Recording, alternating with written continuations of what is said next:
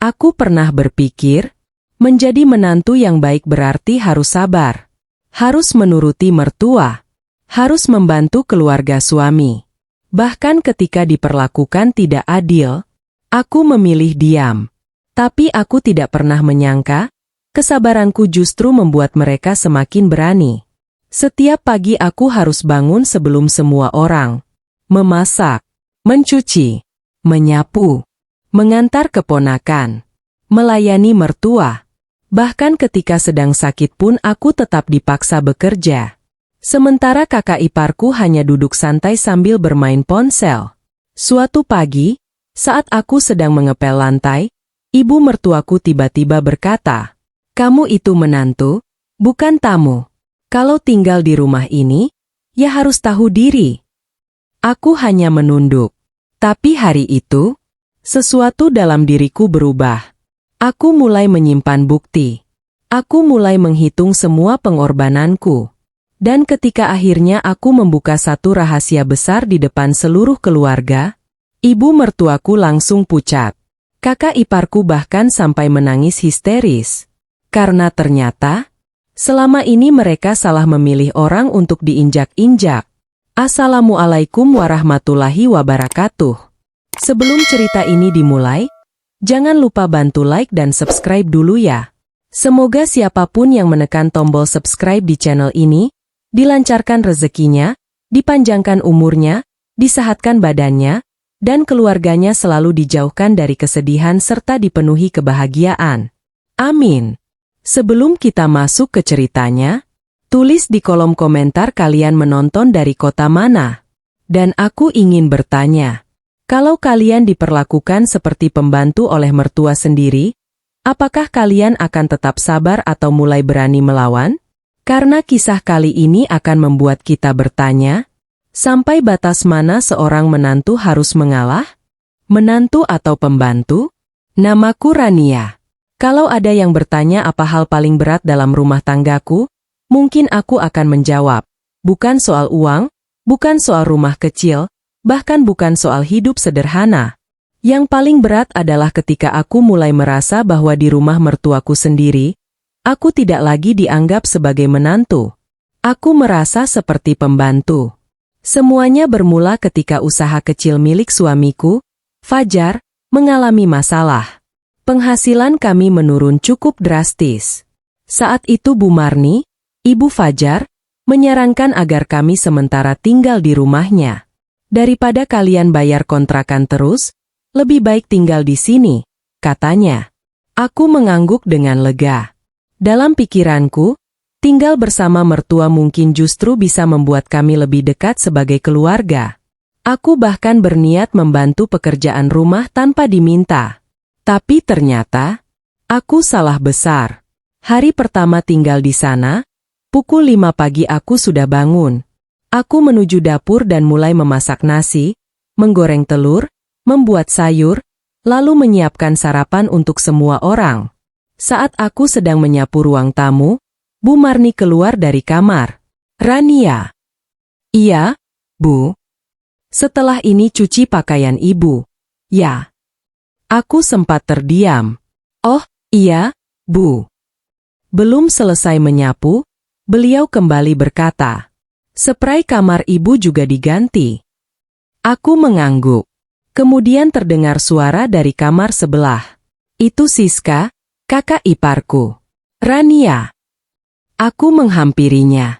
"Ada apa, Kak?" "Ambilkan aku air hangat." Aku kembali ke dapur. Belum sempat duduk, terdengar lagi suara Siska. "Rania, sekalian setrika bajuku, ya?" Aku menatap tumpukan pakaian di tanganku. Saat itu aku hanya menarik napas. Mungkin karena aku masih baru di rumah ini, pikirku. Aku berusaha tidak mempermasalahkannya. Aku melakukan semuanya dengan ikhlas.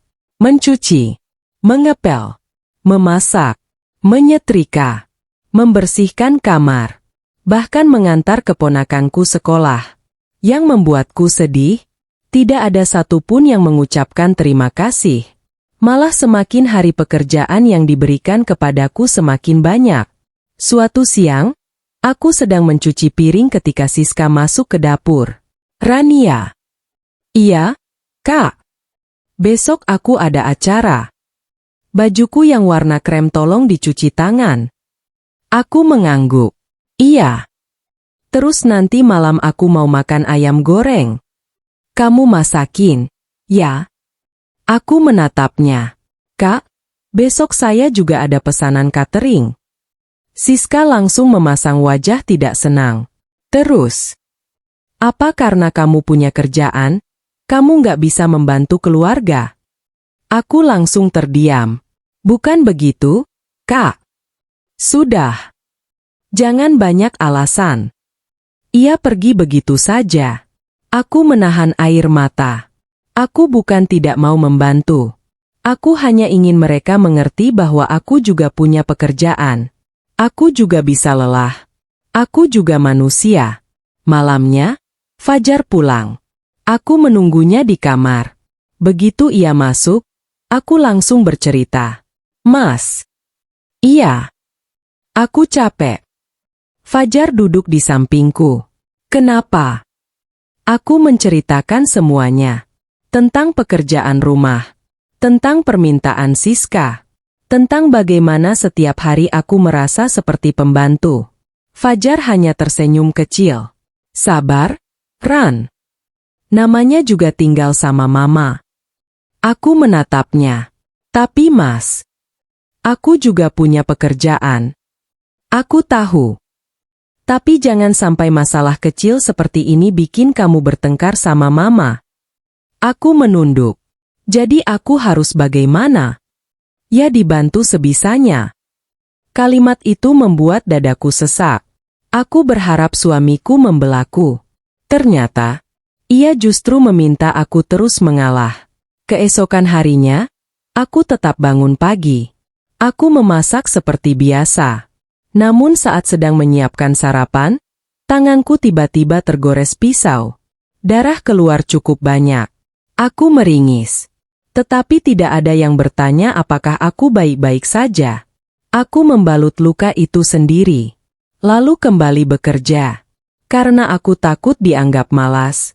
Sore harinya, ketika aku sedang menjemur pakaian, aku mendengar suara Bu Marni berbicara dengan seorang tetangga di teras.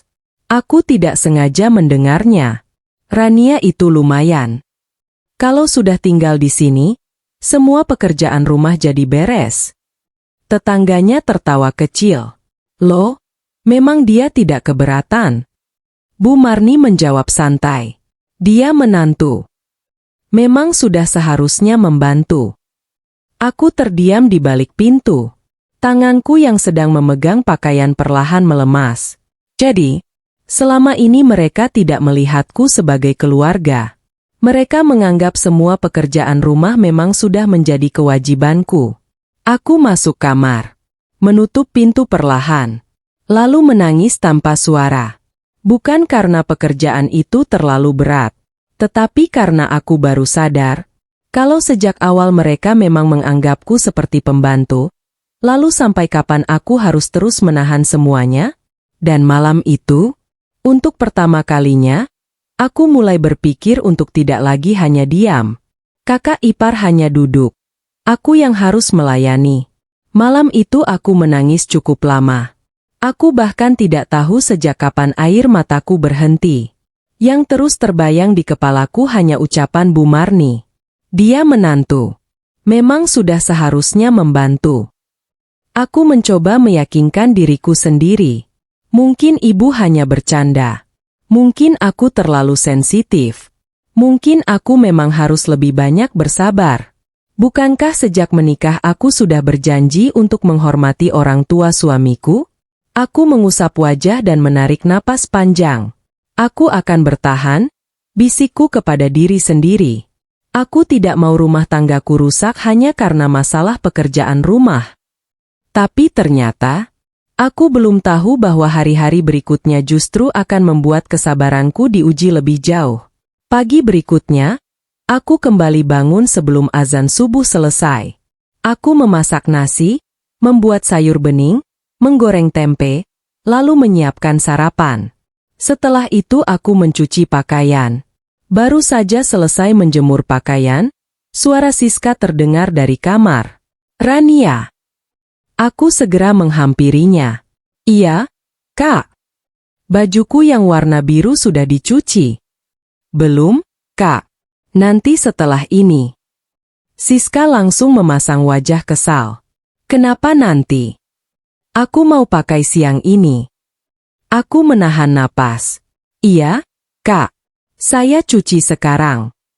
Aku mengambil pakaian itu. Saat hendak keluar kamar, Siska kembali memanggil. "Rania." Aku menoleh. "Sekalian bersihkan kamar ini." Aku melihat kamar yang sebenarnya tidak terlalu berantakan. "Baik, Kak." Aku membersihkannya. Setelah selesai, aku kembali ke dapur. Ternyata piring sarapan sudah menumpuk. Aku mencucinya. Belum sempat duduk, Bu Marni datang. "Rania, lantai ruang tengah belum dipel." Aku mengangguk. "Iya, Bu." Aku mengambil alat pel. Saat sedang mengepel, tiba-tiba Siska berjalan melewatiku sambil membawa ponsel. Ia bahkan tidak menoleh. Aku hanya bisa menarik napas panjang. Siang harinya, aku mendapat pesanan catering. Ada sekitar 30 kotak nasi yang harus selesai sore itu. Aku mulai memasak. Namun baru beberapa menit bekerja, Bu Marni masuk ke dapur. "Rania." "Iya, Bu." "Buatkan Ibu teh." Aku menghentikan pekerjaanku. "Iya." Aku membuatkan teh. Lalu kembali ke dapur. 5 menit kemudian, "Rania." Aku menoleh. "Kenapa, Bu?" "Piring Ibu belum dicuci." "Iya, Bu." Aku kembali mencuci piring. Kemudian Siska datang. "Rania, nanti antar aku ke salon." Aku langsung menatapnya. "Kak, saya sedang ada pesanan." "Pesanan bisa nanti. Tapi ini harus selesai sore." Siska mendengus. "Kalau kamu tinggal di rumah ini, jangan cuma memikirkan pekerjaanmu sendiri." Aku terdiam. Kalimat itu menusuk sekali. Aku bekerja bukan untuk bersenang-senang. Aku bekerja untuk membantu suamiku. Untuk membayar kebutuhan rumah tangga. Bahkan sebagian uang hasil usahaku juga sering digunakan untuk kebutuhan keluarga. Tapi di mata mereka, aku tetap dianggap tidak melakukan apa-apa. Sore itu pesanan cateringku hampir terlambat. Aku memasak sambil menahan tangis. Tanganku terasa pegal. Punggungku sakit. Namun aku tetap menyelesaikan semuanya. Ketika pesanan akhirnya diambil pelanggan, aku mengembuskan napas lega. Aku pikir setidaknya hari itu sudah selesai. Ternyata belum. Saat masuk kamar, aku melihat pakaian Siska tergeletak di atas tempat tidur. Ada secari kertas di atasnya. Tulisan Siska sangat jelas. "Besok pagi harus sudah disetrika." Aku memandangi pakaian itu cukup lama. Aku hampir tertawa karena saking tidak percayanya. Aku bahkan belum sempat mengganti pakaian sendiri. Tapi masih ada orang yang menganggapku harus melayani kebutuhannya. Malamnya Fajar pulang. Aku menunggunya makan. Setelah selesai, aku memberanikan diri berbicara. "Mas." "Iya." Aku mau ngomong serius. Fajar langsung menatapku. "Ada apa?" Aku merasa sudah terlalu banyak pekerjaan yang diberikan kepadaku. Aku bukan tidak mau membantu. Tapi aku juga punya usaha. Kalau terus begini, pekerjaanku bisa berantakan. Fajar terdiam. Aku berharap kali ini ia mengerti. Namun beberapa detik kemudian ia berkata, "Rania, coba kamu lihat dari sisi Mama. Beliau sudah tua." Aku menahan air mata. Terus aku. Fajar mengernyit. "Maksudmu?" "Aku juga bisa capek, Mas. Aku juga bisa sakit. Aku juga punya batas." Fajar menarik napas. "Ya sudah. Nanti aku bicara sama Mama. Aku mengangguk. Untuk pertama kalinya malam itu aku merasa sedikit lega. Tapi ternyata, pembicaraan Fajar dengan ibunya justru membuat semuanya semakin buruk. Keesokan paginya, Bu Marni memanggilku ke ruang tengah. Wajahnya terlihat serius. Rania. Iya, Bu. Ibu dengar kamu keberatan membantu keluarga. Aku langsung terdiam. Bukan begitu, Bu. Jadi bagaimana? Saya hanya minta pekerjaan rumah dibagi. Bu Marni tertawa kecil. Dibagi? Dengan siapa? Aku menoleh ke arah Siska. Ia sedang duduk santai sambil memainkan ponsel. Bu Marni mengikuti pandanganku. Lalu berkata, "Jangan lihat Siska. Dia sibuk mengurus anak." Aku hampir tidak percaya. Siska bahkan tidak sedang mengurus anaknya saat itu. Namun aku memilih diam. Bu Marni kemudian mendekatiku. "Kalau kamu tidak sanggup membantu keluarga ini, jangan salahkan siapa-siapa kalau nanti kamu dianggap menantu yang tidak tahu diri." Dadaku terasa sesak. Aku menundukkan kepala. "Iya, Bu." Aku kembali ke dapur. Namun kali ini, ada sesuatu yang berubah dalam diriku. Aku tidak lagi menangis. Aku mulai berpikir, kalau mereka terus memaksaku bekerja seperti pembantu, aku harus punya cara untuk membuktikan bahwa selama ini aku bukan tidak mau membantu. Aku hanya sedang dimanfaatkan. Dan tanpa mereka ketahui. Mulai hari itu aku mulai mencatat semuanya. Pekerjaan yang kulakukan. Uang yang kukeluarkan. Pesan-pesan dari Bu Marni dan Siska. Aku tidak tahu kapan catatan itu akan berguna. Tapi aku yakin. Suatu hari nanti mereka akan membutuhkan bukti. Dan saat hari itu tiba, mereka akan menyesal karena pernah menganggap kesabaranku sebagai kelemahan. Aku dihina di depan keluarga, dan saat itu aku mulai berubah. Sejak hari itu, aku benar-benar mulai mencatat semuanya. Bukan karena aku ingin mencari kesalahan mereka. Aku hanya ingin tahu, seberapa jauh sebenarnya aku sudah diperlakukan tidak adil. Setiap pagi aku menulis pekerjaan yang kulakukan.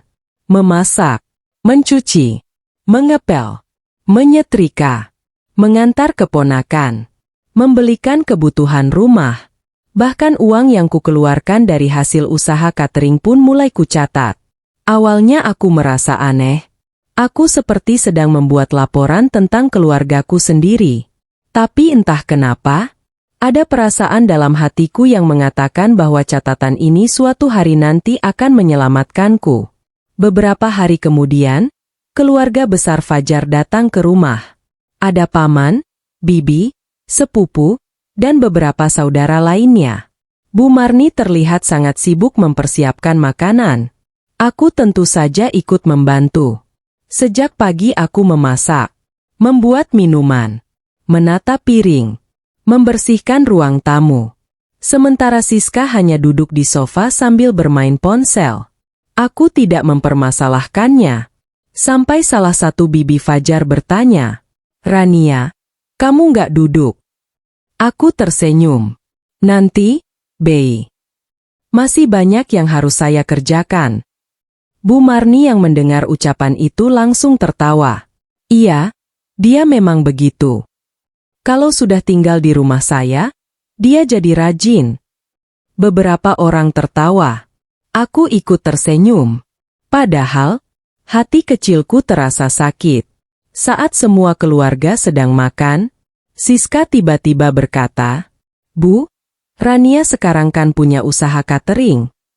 Bu Marni mengangguk. "Iya." Siska tersenyum. "Makanya dia punya banyak uang." Aku menoleh. Aku mulai merasa tidak nyaman. Namun Siska melanjutkan, "Kalau begitu, harusnya Rania bisa bantu lebih banyak dong." Salah satu sepupu Fajar tertawa. "Benar juga." Aku mencoba tersenyum. Tetapi Siska belum selesai.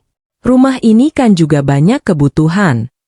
Kalau dia memang bagian dari keluarga, Seharusnya jangan terlalu perhitungan. Aku langsung meletakkan sendok. Maaf, Kak. Aku tidak pernah perhitungan. Siska mengangkat alis. Terus kenapa kalau diminta membantu selalu bilang capek? Aku menatapnya. Karena aku juga bekerja. Siska tertawa. Kerja? Kan cuma masak-masak. Kalimat itu membuatku terdiam. Mereka tidak tahu berapa banyak malam yang kuhabiskan untuk menerima pesanan. Berapa kali aku berdiri berjam-jam di dapur. Berapa kali tanganku terkena minyak panas. Dan berapa banyak uang yang sudah kuhasilkan untuk membantu rumah tangga kami. Bu Marni tiba-tiba berkata, Rania, Ibu mau bicara sedikit. Aku mengangguk. Iya, Bu.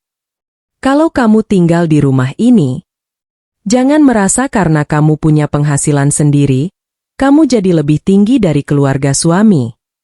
Aku langsung terkejut. Saya tidak pernah merasa begitu, Bu. Tapi sikapmu seperti itu. Aku menahan air mata. Kalau saya salah, tolong beritahu saya. Bu Marni menggeleng. Kamu terlalu banyak alasan. Siska ikut menyela. Makanya, Bu. Kadang orang kalau sudah punya uang memang berubah. Aku menatapnya. Untuk pertama kalinya, aku merasa benar-benar ingin membalas. Tapi aku menahan diri. Aku tidak ingin membuat keributan. Fajar yang duduk tidak jauh dari kami akhirnya bicara. Sudahlah. Jangan bertengkar. Aku menatapnya penuh harap. Kupikir kali ini dia akan membelaku.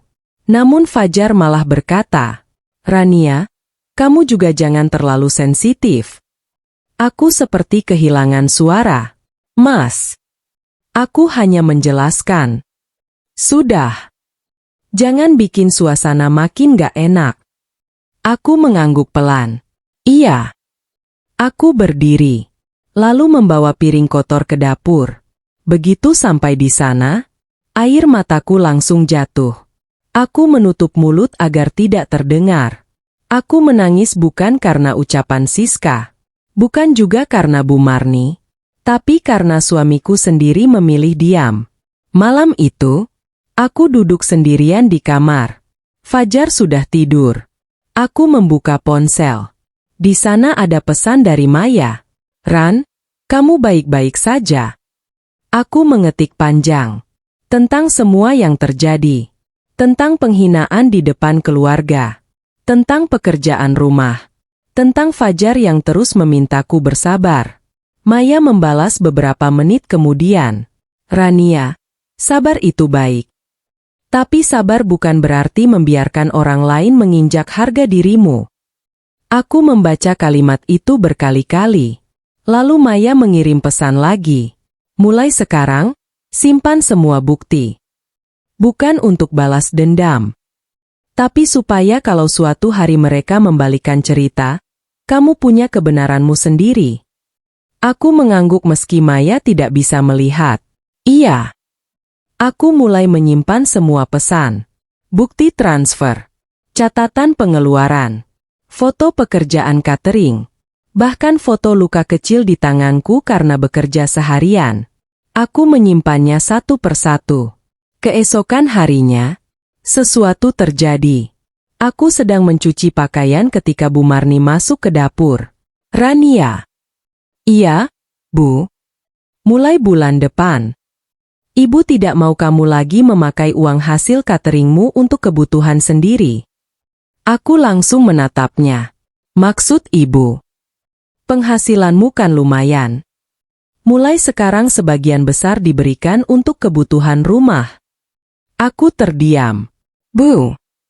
Kenapa? Saya punya modal usaha. Bu Marni langsung menjawab, modal bisa dicari. Yang penting keluarga dulu. Aku menggenggam ujung bajuku.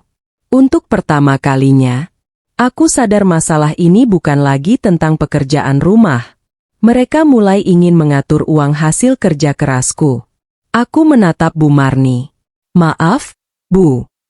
Kalau untuk kebutuhan rumah tangga saya tetap membantu. Tapi penghasilan usaha saya tidak bisa sepenuhnya Ibu atur. Wajah Bu Marni langsung berubah. Kamu sekarang berani membantah Ibu? Aku tidak menjawab. Beliau pergi dengan wajah marah. Dan aku tahu, sejak hari itu, hubungan kami tidak akan pernah sama lagi. Karena tanpa kusadari, keputusanku menolak menyerahkan penghasilanku akan membuat Bu Marni melakukan sesuatu yang jauh lebih kejam kepadaku. Suamiku memintaku menyerah, tapi aku mulai menyadari sesuatu.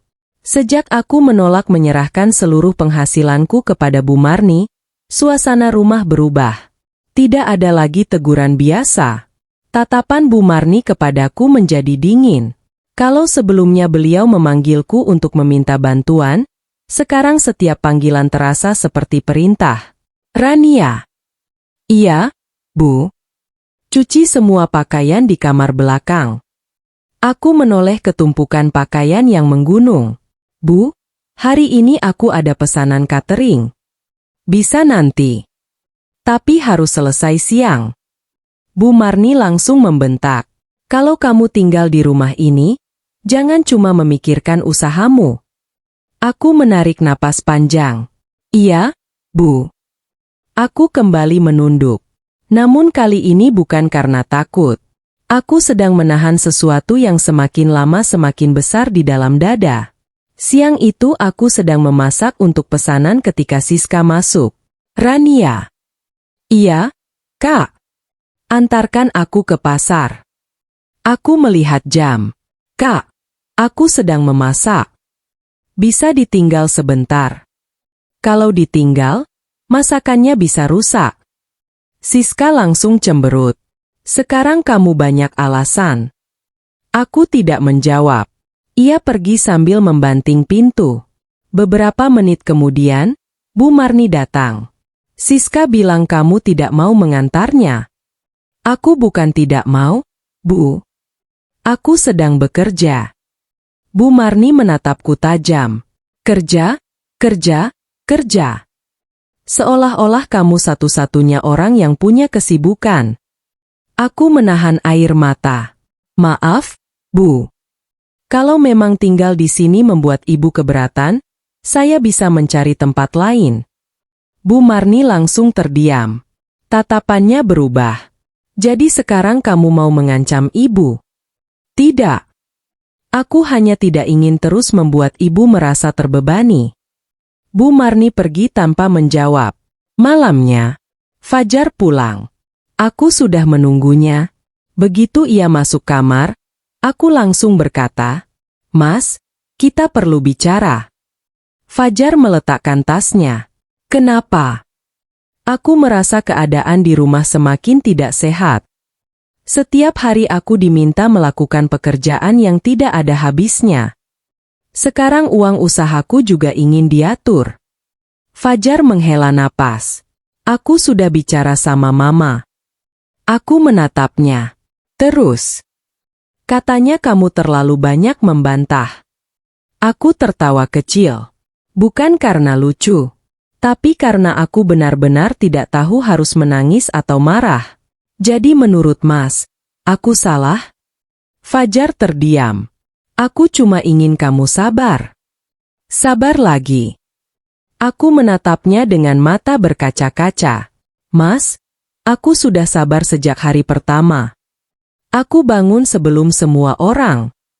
Aku memasak, mencuci, mengepel, mengurus Siska, mengantar keponakan. Bahkan saat aku sakit pun aku tetap bekerja. Apa itu masih belum cukup? Fajar menundukkan kepala. Aku tahu kamu sudah banyak membantu. Lalu kenapa aku tetap diperlakukan seperti ini? Ia tidak menjawab. Aku mengusap air mata. Mas, kalau aku terus diam, kapan mereka akan berhenti? Fajar akhirnya berkata pelan, kalau kamu tidak tahan, mungkin kita memang harus tinggal terpisah. Aku terdiam. Kalimat itu sebenarnya bukan yang ingin ku dengar. Tapi untuk pertama kalinya, Ada jalan keluar. Kalau begitu, kita pindah. Fajar langsung menggeleng. Sekarang belum bisa. Aku menatapnya bingung. Kenapa? Kita belum punya cukup uang untuk kontrakan. Aku tersenyum pahit. Uang ada. Fajar menatapku. Dari mana? Dari tabungan usahaku. Ia langsung terdiam. Aku melanjutkan. Aku selama ini menabung. Bukan untuk membeli barang mewah. Aku menabung supaya kalau suatu hari keadaan seperti ini terjadi, kita punya tempat sendiri. Fajar menatapku cukup lama. Kenapa kamu tidak pernah cerita? Karena aku berharap kita tidak pernah membutuhkannya. Malam itu kami akhirnya sepakat mencari rumah kontrakan kecil. Aku merasa sedikit lega. Namun keesokan paginya, saat aku hendak mengambil dokumen tabungan yang kusimpan di lemari, aku langsung membeku. Amplop tempat aku menyimpan buku rekening dan beberapa dokumen penting. Tidak ada. Aku membongkar seluruh isi lemari. Tidak ada. Aku membuka laci. Tidak ada. Aku mencari di dalam tas. Tetap tidak ada. Tanganku mulai gemetar.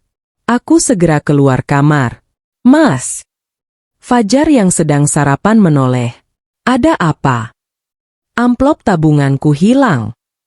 Ia langsung berdiri. Hilang. Iya. Aku mulai panik. Itu bukan cuma buku rekening. Ada dokumen usahaku juga. Bu Marni yang sedang duduk di ruang tamu tiba-tiba menoleh. Apa yang hilang? Aku menatapnya. Dokumen saya. Beliau menjawab santai. Coba cari yang benar. Aku kembali ke kamar. Namun semakin ku cari, semakin jelas bahwa amplop itu memang sengaja diambil. Aku mulai bertanya kepada semua orang. Siska mengaku tidak tahu. Fajar benar-benar tidak mengetahui. Bu Marni juga berkata tidak pernah menyentuhnya. Aku hampir menyerah. Sampai sore itu, Maya datang.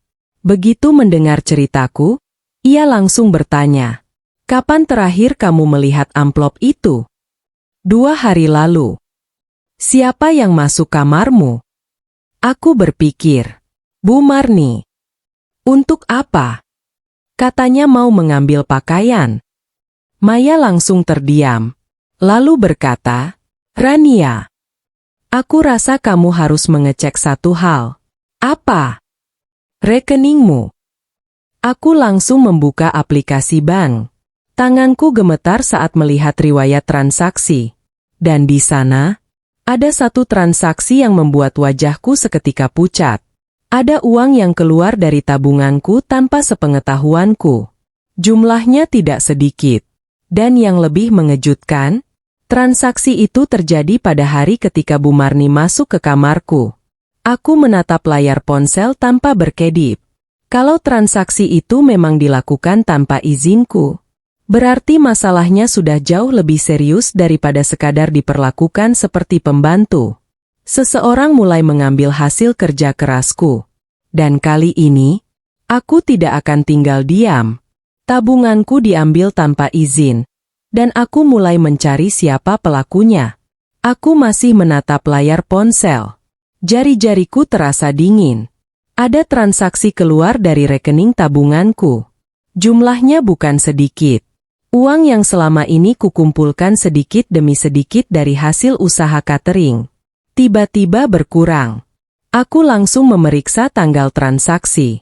Benar. Transaksi itu terjadi 2 hari lalu. Hari ketika Bu Marni masuk ke kamarku. Aku menoleh kepada Maya. Mei. Iya. Kalau uang ini diambil tanpa izinku. Aku menelan ludah. Berarti ada orang yang tahu PIN atau akses rekeningku. Maya mengangguk pelan. Kamu yakin tidak pernah memberikan data rekening kepada siapapun? Aku menggeleng. Tidak. Bahkan Fajar tidak tahu PIN-ku. Maya terdiam. Kalau begitu, jangan langsung menuduh siapapun. Kita cari bukti dulu. Aku mengangguk. Itulah yang kulakukan. Untuk pertama kalinya, aku tidak ingin menangis. Aku ingin tahu kebenarannya. Malam itu aku membuka kembali semua dokumen keuangan. Aku mencatat nomor transaksi, tanggal, waktu, jumlah uang yang keluar. Lalu aku menghubungi pihak bank untuk memastikan transaksi tersebut. Setelah beberapa saat, aku mendapatkan informasi bahwa transaksi dilakukan melalui mesin ATM. Aku langsung merasa sedikit lega.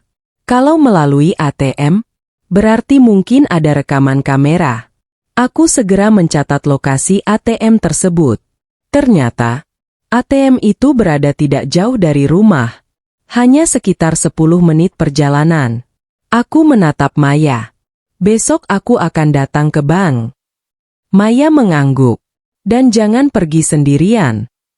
Keesokan paginya, aku dan Maya pergi ke bank. Aku menjelaskan bahwa ada transaksi yang tidak pernah kulakukan. Petugas memeriksa data rekeningku. Setelah beberapa saat, ia berkata, "Ibu, kami bisa membantu membuat laporan transaksi. Untuk rekaman CCTV, nanti akan diproses sesuai prosedur." Aku mengangguk. Baik. Aku tidak berharap prosesnya selesai dalam sehari. Yang penting, aku sudah memulai. Saat pulang, aku menerima pesan dari Fajar. "Kamu kemana?" Aku membalas singkat. "Ada urusan." Tidak lama kemudian ia menelepon. "Alia." "Iya." "Kenapa kamu pergi tanpa bilang?" "Aku ada urusan dengan tabunganku." Fajar terdiam. "Tabunganmu kenapa?" "Ada uang yang keluar tanpa sepengetahuanku." Suara Fajar langsung berubah. "Apa?" "Iya." "Kamu sudah cek?" "Sudah." "Siapa yang kamu curigai?" Aku diam beberapa detik. Aku belum menuduh siapapun. Tapi aku sedang mencari bukti. Fajar menghela napas. "Jangan sampai kamu menuduh Mama." Aku langsung terdiam. "Mas, aku belum menyebut nama siapapun." "Iya, tapi aku tahu pikiranmu." Dadaku kembali terasa sesak. Bahkan sebelum aku memiliki bukti, Fajar sudah sibuk membela ibunya. Sore harinya, aku pulang ke rumah. Bu Marni sedang duduk di ruang tamu bersama Siska. Begitu melihatku, Siska langsung bertanya, "Kamu dari mana?" "Ada urusan." Bu Marni menatapku tajam. "Sekarang kamu pergi-pergi juga tidak izin." Aku menarik napas. "Saya bukan anak kecil, Bu." Wajah Bu Marni langsung berubah. "Apa maksudmu?" "Saya hanya pergi sebentar. Tidak perlu setiap langkah saya dilaporkan." Siska langsung menyela. "Wah, sekarang sudah berani?" Aku menatapnya. Aku tidak bermaksud kasar. Tapi aku juga punya kehidupan sendiri. Bu Marni berdiri. "Sejak kamu punya uang sendiri, kamu memang berubah." Kalimat itu membuatku terdiam. Aku hampir tertawa. Justru karena aku punya uang sendiri, mereka mulai ingin mengatur hidupku. Aku masuk kamar, membuka lemari, kemudian memeriksa tempat penyimpanan dokumen. Aku menemukan sesuatu. Di bawah tumpukan pakaian, ada bekas sobekan kecil dari amplop tabunganku. Aku mengambilnya. Di bagian belakangnya ada sedikit noda tinta biru. Aku teringat sesuatu. Bu Marni sering menggunakan pulpen biru dengan ujung berbentuk bunga. Aku tidak mau menyimpulkan apa-apa. Namun, aku mulai merasa ada sesuatu yang tidak beres. Malamnya, aku sengaja meletakkan sebuah amplop kosong di tempat yang mudah terlihat. Di dalamnya tidak ada uang.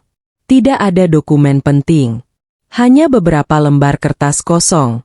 Aku ingin melihat, apakah seseorang akan kembali masuk ke kamarku. Aku mematikan lampu.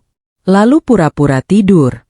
Sekitar pukul 11 malam, aku mendengar suara pintu kamar dibuka perlahan. Jantungku langsung berdegup. Aku menutup mata.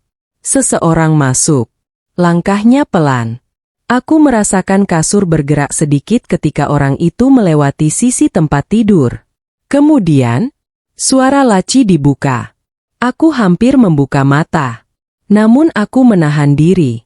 Beberapa detik kemudian, orang itu mengambil amplop yang sengaja kutaruh, lalu berjalan keluar.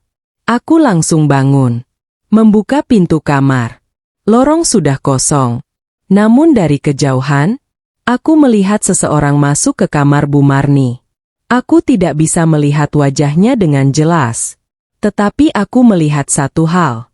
Di tangannya ada amplop yang tadi sengaja kutaruh. Aku berdiri terpaku. Berarti, aku tidak salah. Ada seseorang yang memang masuk ke kamarku. Tapi siapa? Aku kembali ke kamar dan segera menghubungi Maya. Mei, ada yang masuk. Siapa? Aku belum tahu. Tapi aku akan cari tahu. Aku membuka kamera ponsel dan memeriksa rekaman yang sempat kuaktifkan diam-diam sebelum tidur. Beberapa detik kemudian, wajah orang itu mulai terlihat. Aku memperbesar layar. Dan saat melihat siapa yang sedang memegang amplopku, tanganku langsung gemetar. Karena orang yang masuk ke kamarku malam itu, bukan Bu Marni, bukan Siska, melainkan seseorang yang selama ini justru paling kupercaya. Orang yang paling kupercaya ternyata menyembunyikan sesuatu dariku. Aku menatap layar ponsel tanpa berkedip. Video itu masih berjalan. Seseorang keluar dari kamarku sambil membawa amplop yang sengaja kutaruh. Aku memperbesar gambar. Wajahnya perlahan terlihat. Dan dadaku seperti dihantam sesuatu. Aku hampir tidak percaya dengan apa yang kulihat. Fajr, suamiku sendiri. Orang yang selama ini selalu kupercaya. Orang yang kupikir akan berdiri di sampingku ketika semua orang memperlakukanku tidak adil. Ternyata, dialah yang masuk ke kamarku malam itu. Tanganku gemetar. Aku bahkan tidak tahu harus marah atau menangis. Kenapa, Mas? Kenapa kamu melakukan ini? Air mataku jatuh begitu saja. Aku menelepon Maya. Mei. Suaraku bergetar. Aku sudah tahu siapa yang mengambil amplop itu. Siapa? Aku menarik napas panjang. Fajar. Maya langsung terdiam. Suamimu? Iya. Tapi kenapa? Aku juga nggak tahu. Maya mencoba menenangkanku. Jangan langsung mengambil kesimpulan. Kita harus tahu apa isi amplop yang sebenarnya dia ambil. Aku terdiam. Benar. Amplop itu hanya berisi kertas kosong. Berarti, kalau Fajar benar-benar mengira isinya dokumen atau uang, dia pasti punya alasan. Dan aku harus tahu alasannya. Aku memutuskan tidak langsung menemuinya. Aku ingin melihat apa yang akan dilakukan Fajar dengan amplop tersebut. Pagi harinya, Fajar bersikap seperti biasa. Ia sarapan, minum kopi, lalu bersiap pergi bekerja. Ia bahkan sempat mencium keningku. Hari ini kamu ada pesanan? Aku menatapnya. Ada. Jangan terlalu capek. Aku hanya mengangguk. Di dalam hati, aku merasa seperti sedang berbicara dengan orang asing. Bagaimana mungkin seseorang yang tadi malam masuk ke kamar tanpa izin, pagi ini bisa bersikap seolah tidak terjadi apa-apa? Setelah Fajar pergi, aku masuk ke kamar Bu Marni. Tentu saja aku tidak menyentuh barang apapun. Aku hanya berdiri di depan pintu. Aku ingin melihat apakah amplop itu masih ada. Ternyata, tidak ada. Aku kembali ke kamar. Lalu Maya menelepon. Ran. Iya. Aku punya informasi. Apa? Nomor rekening yang menerima uang dari tabunganmu. Bukan rekening Bu Marni. Aku langsung terdiam. Lalu rekening siapa? Maya menjawab pelan. Rekening Siska. Dadaku langsung sesak. Jadi, uangku memang mengalir ke rekening kakak iparku. Tapi kalau begitu, kenapa Fajar mengambil amplop itu? Sore harinya, Fajar pulang. Aku sengaja tidak langsung bertanya. Aku menunggu sampai kami berada di kamar. Mas. Iya. Aku mau tanya sesuatu. Fajar menatapku. Apa? Kamu tadi malam masuk kamarku. Wajahnya langsung berubah. Hanya sepersekian detik. Tapi aku melihatnya. Ia terdiam. Mas. Kamu masuk. Fajar menghela napas. Iya. Kenapa? Aku mencari dokumen. Dokumen apa? Ia tidak menjawab. Aku menahan air mata. Kenapa kamu mengambil amplopku? Fajar menatap lantai. Karena Mama menyuruhku. Aku langsung membeku. Untuk apa? Fajar memejamkan mata. Mama bilang ada dokumen penting yang harus disimpan. Aku tertawa pahit. Jadi kamu masuk kamar istrinya sendiri diam-diam? Maaf. Mas. Aku menatapnya dengan mata berkaca-kaca. Kalau kamu memang tidak punya niat buruk, kenapa harus diam-diam? Fajar tidak menjawab. Aku kemudian membuka ponsel. Kalau begitu jelaskan ini. Aku menunjukkan rekaman CCTV. Wajah Fajar langsung pucat. Kamu merekam? Iya. Ia mengusap wajah. Aku takut kamu marah. Marah? Aku tertawa kecil. Mas. Aku lebih sakit karena kamu tidak jujur. Fajar duduk di tepi kasur. Aku memang mengambil amplop itu. Tapi aku tidak mengambil uangmu. Aku cuma menyerahkannya kepada Mama. Aku langsung menatapnya. Di mana amplop itu sekarang? Fajar terdiam cukup lama. Aku tidak tahu. Mas. Aku benar-benar tidak tahu. Aku hampir kehilangan kesabaran. Kalau begitu, kenapa uangku masuk ke rekening Siska? Fajar langsung mengangkat kepala. Apa? Kamu tidak tahu? Ia menggeleng. Aku sama sekali tidak tahu. Berarti ada yang menggunakan akses rekeningmu. Aku mengangguk. Dan transaksi itu terjadi setelah amplopku hilang. Fajar mulai terlihat panik. Ia berdiri. Kita harus cek. Kami membuka kembali catatan transaksi. Ternyata ada beberapa transfer kecil yang terjadi dalam beberapa minggu terakhir. Bukan hanya sekali. Jumlahnya sedikit demi sedikit. Namun jika dijumlahkan, nilainya sangat besar. Aku menatap Fajar. Mas, ini bukan cuma satu transaksi. Sudah berulang kali. Fajar memegang kepalanya. Ya Allah, aku benar-benar nggak tahu. Saat itulah, ponselku berbunyi. Sebuah pesan masuk dari nomor yang tidak kukenal. Isinya hanya satu kalimat. Kalau kamu ingin tahu siapa yang sebenarnya mengambil uangmu, jangan percaya siapapun di rumah itu. Aku membaca pesan itu berkali-kali. Lalu muncul satu foto. Foto sebuah buku rekening. Dan di dalam foto tersebut, ada nama pemilik rekening yang menerima uangku. Bukan Siska. Bukan Bu Marni. Bukan Fajar. Melainkan, nama seseorang yang selama ini sama sekali tidak pernah kami curigai. Aku menatap layar dengan tubuh gemetar. Karena kalau nama itu benar, berarti selama ini ada orang lain yang bermain di belakang keluargaku. Dan orang itu sangat dekat dengan kami. Rahasia itu membuatku gemetar. Ternyata uangku selama ini mengalir ke orang yang tak pernah kuduga. Aku masih memandangi foto buku rekening yang dikirim oleh nomor tidak dikenal itu. Tanganku gemetar.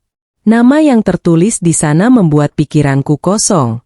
Pak Darto. Ayah mertua Fajar. Aku sampai tidak bisa berkata-kata. Mas. Fajar mendekat. Apa? Aku menunjukkan layar ponsel. Begitu melihat nama itu, wajah Fajar langsung berubah. Pak! Aku mengangguk. Uangku masuk ke rekening Bapak. Fajar langsung menggeleng. Nggak mungkin. Tapi namanya jelas. Ia mengambil ponselku dan memperbesar foto tersebut. Nomor rekening, nama pemilik, tanggal transaksi. Semuanya terlihat jelas. Aku duduk di tepi kasur. Air mataku perlahan jatuh. Aku benar-benar nggak mengerti. Kenapa uangku bisa sampai ke rekening Bapak? Fajar tidak menjawab. Untuk pertama kalinya, ia terlihat sama bingungnya denganku. Malam itu kami tidak langsung menanyakan kepada Pak Darto. Aku takut kalau kami salah menuduh.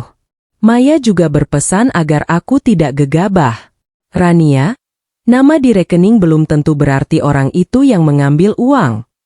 Cari bukti lain. Aku mengangguk. Benar. Aku tidak ingin melakukan kesalahan yang sama seperti mereka. Aku tidak mau menuduh seseorang tanpa bukti. Karena aku tahu rasanya ketika seseorang menuduh kita tanpa mendengarkan penjelasan. Keesokan paginya, aku sengaja memperhatikan Pak Darto. Beliau seperti biasa. Duduk di teras. Membaca koran. Minum teh. Tidak ada yang terlihat mencurigakan. Aku bahkan sempat merasa bersalah karena mencurigainya. Mungkin memang ada kesalahan sistem. Mungkin rekening itu hanya digunakan untuk sesuatu yang tidak kuketahui. Namun sekitar pukul 10, Pak Darto menerima telepon. Aku kebetulan sedang membawa pakaian melewati ruang tengah. Aku tidak bermaksud menguping. Tapi suara beliau terdengar cukup jelas. Jangan hubungi nomor itu lagi. Kalau ada yang bertanya, bilangkan saya tidak tahu. Aku langsung berhenti. Jantungku berdebar. Siapa yang sedang beliau bicarakan? Aku mencoba mendengar lebih jelas. Namun Pak Darto tiba-tiba menoleh. Mata kami bertemu. Beliau langsung mematikan telepon. Rania. Iya, Pak. Kamu dari mana? Aku tersenyum. Mau menjemur pakaian. Beliau mengangguk. Aku berjalan pergi. Tapi pikiranku sudah tidak tenang. Siang harinya, aku menghubungi Maya. Mei. Iya. Aku dengar Pak Darto menelepon seseorang. Apa katanya? Aku menceritakan semuanya. Maya terdiam sebentar. Lalu, aku rasa ada yang disembunyikan. Maya kemudian berkata, Rania, kalau kamu mau tahu kebenarannya, coba periksa transaksi yang lain. Aku langsung membuka riwayat rekening. Kami menemukan beberapa transaksi. Ada yang masuk ke rekening Pak Darto. Ada juga yang masuk ke rekening lain. Jumlahnya berbeda-beda. Tanggalnya juga berbeda. Tapi ada satu kesamaan. Semua transaksi terjadi setelah aku mulai tinggal di rumah mertua. Aku mulai merasakan sesuatu yang tidak beres. Malamnya, aku sengaja bertanya kepada Pak Darto. Pak. Beliau menoleh. Iya. Pak, boleh saya tanya sesuatu? Tanya apa? Aku memberanikan diri. Apakah Bapak punya rekening di bank ini? Aku menyebut nama bank yang tertera pada foto. Pak Darto terdiam. Hanya beberapa detik. Tapi cukup untuk membuatku semakin curiga. Kenapa kamu tanya begitu? Aku mencoba tersenyum. Cuma penasaran. Pak Darto kemudian menggeleng. Tidak. Saya tidak punya. Jawaban itu membuatku semakin bingung. Karena data di foto menunjukkan sebaliknya. Aku tidak membantah. Aku hanya berkata, oh. Lalu pergi. Begitu masuk kamar, aku langsung menelepon Maya. Dia bilang tidak punya rekening itu.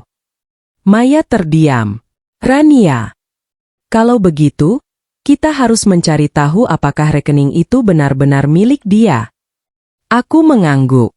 Besok pagi aku kembali ke bank. Petugas bank akhirnya memberikan informasi tambahan sesuai prosedur. Nomor rekening tersebut memang tercatat atas nama Darto. Namun ada satu hal yang membuatku semakin terkejut. Rekening itu ternyata sudah lama tidak digunakan untuk transaksi pribadi. Sebagian besar transaksi masuk berasal dari sumber yang berbeda. Dan ada satu rekening yang secara rutin mengirim uang ke sana. Aku mencatat nomor rekening tersebut, lalu mencocokkannya dengan data yang kami punya. Nomor itu, aku mengenalinya. Itu adalah rekening usaha milik Siska. Aku langsung terdiam. Jadi, uangku masuk ke rekening Siska. Kemudian sebagian dipindahkan ke rekening Pak Darto. Tapi untuk apa? Malam itu aku memutuskan untuk bicara kepada Fajar. Mas. Iya. Aku sudah menemukan alurnya. Fajar langsung serius. Bagaimana? Uangku masuk ke rekening Siska. Lalu sebagian dipindahkan ke rekening Pak Darto. Fajar langsung pucat. Ayah. Aku mengangguk. Mas. Aku nggak tahu apa yang mereka lakukan. Tapi kita harus cari tahu. Fajar duduk sambil memegang kepalanya. Aku benar-benar nggak percaya. Aku menggenggam tangannya. Aku juga tidak ingin percaya. Tapi kita harus menghadapi kenyataan. Tiba-tiba, pintu kamar terbuka. Bu Marni berdiri di sana. Wajahnya terlihat tegang. Kalian sedang membicarakan apa? Aku dan Fajar saling berpandangan. Aku kemudian menjawab, tidak ada, Bu. Bu Marni menatap kami beberapa detik, lalu pergi.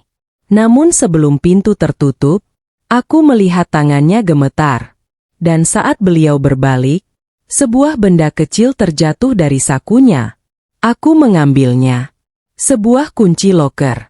Di belakangnya tertulis nomor. Loker 27. Aku menatap benda itu. Aku tidak tahu loker itu milik siapa. Namun ketika Fajar melihat nomor tersebut, wajahnya langsung berubah. Rania. Aku tahu loker itu. Aku menatapnya. Di mana? Fajar menjawab pelan. Di tempat penyimpanan lama milik keluarga. Dan kalau kunci itu masih digunakan, berarti Mama selama ini menyimpan sesuatu yang tidak ingin kita temukan. Aku menggenggam kunci itu erat. Besok pagi, aku tahu apa yang harus kulakukan. Aku akan membuka loker 27. Dan entah kenapa, aku merasa apapun yang ada di dalamnya akan mengubah seluruh keluargaku. Loker 27 terbuka. Dan isinya membuatku sadar selama ini aku sengaja dijadikan korban. Malam itu aku hampir tidak bisa tidur. Kunci kecil bertuliskan 27 masih berada di dalam genggamanku. Aku berkali-kali memandanginya. Benda kecil itu terlihat sederhana. Tapi entah kenapa, aku merasa ada sesuatu yang sangat besar tersembunyi di balik kunci tersebut. Fajar pun sama. Sejak melihat kunci itu, ia lebih banyak diam. Akhirnya aku bertanya, Mas. Iya. Kamu yakin tahu tempatnya? Fajar mengangguk. Loker itu ada di gudang penyimpanan lama. Dulu ayah yang mengurusnya. Setelah gudang dipindahkan, beberapa loker masih dipakai untuk menyimpan dokumen. Aku menelan ludah. Kenapa Mama punya kuncinya? Fajar menggeleng. Aku nggak tahu. Aku memandangnya. Besok kita cari tahu. Fajar mengangguk. Namun sebelum tidur, ia berkata pelan. Ran. Kalau ternyata ada sesuatu yang berhubungan dengan keluargaku, aku minta kamu jangan langsung membenci mereka. Aku terdiam. Aku ingin marah. Tetapi aku juga tahu, Fajar sedang berada di posisi yang sulit. Iya, Mas. Tapi aku juga berharap kamu tidak lagi memintaku diam kalau kebenarannya memang menyakitkan. Fajar mengangguk. Aku janji. Keesokan paginya, aku dan Fajar pergi ke gudang lama keluarga. Bangunannya sudah cukup tua. Cat dindingnya mengelupas. Di dalamnya terdapat puluhan loker besi yang sudah berdebu. Kami mencari nomor satu persatu. 24, 25, 26, lalu 27. Aku berhenti. Jantungku langsung berdebar. Fajar berdiri di sampingku. Ini. Aku memasukkan kunci. Klik. Pintunya terbuka. Aku menahan napas.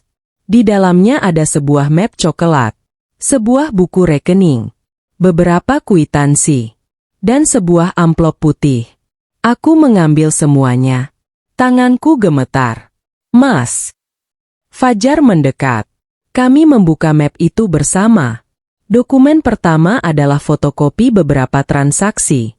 Aku membacanya satu persatu. Tanggalnya membuatku terkejut.